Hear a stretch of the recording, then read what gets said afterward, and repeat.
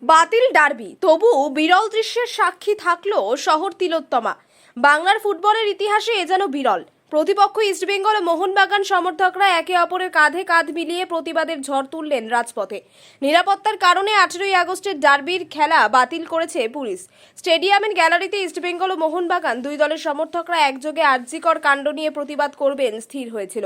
বিশৃঙ্খলা তৈরি হতে পারে অনুমান করে আগে থেকে বিধাননগর পুলিশের তরফ থেকে যুবভারতী ক্রীড়াঙ্গন সহ ওই এলাকায় জারি করা হয় 163 ধারা। খেলা বাতিল হয়ে যাওয়ার কারণে সেই প্রতিবাদ মাঠে না হয়ে এদিন দেখা গেল সল্টলেক স্টেডিয়ামে বাইপাসের উপর। রীতিমতো পুলিশের সঙ্গে এক প্রকার খণ্ডযুদ্ধ বেঁধে যায় ইস্টবেঙ্গল ও মোহনবাগান সমর্থকদের।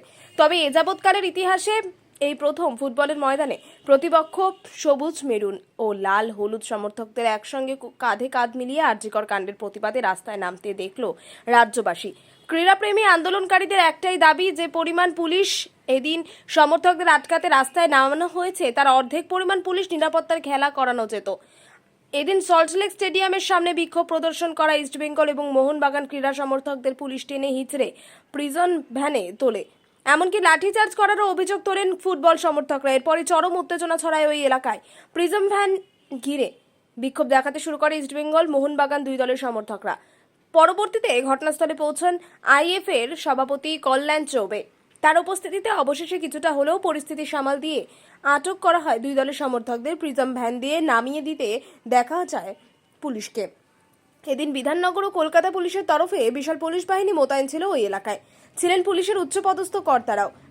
দু দলের সমর্থকরাই এদিন উই ওয়ান্ট জাস্টিস স্লোগানে মুহুর্মুহু স্লোগান তোলে গোটা এলাকায়। পরিস্থিতি সামাল দিতে রীতিমতো বেগ পেতে হয় পুলিশকে। ক্রীড়াপ্রেমীদের প্রতিবাদ ঘিরে পুলিশের এমন ক্ষিপ্ত মনোভাবও প্রশ্ন তোলেন ফুটবল প্রেমীরা। এলাকায় এখনো রয়েছে উত্তেজনা।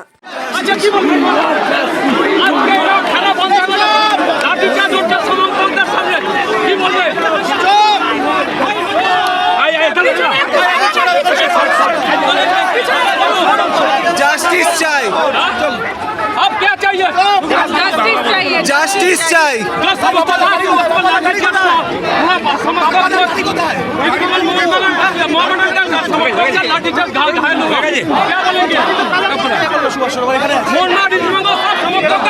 मैडम क्या बोलेंगे?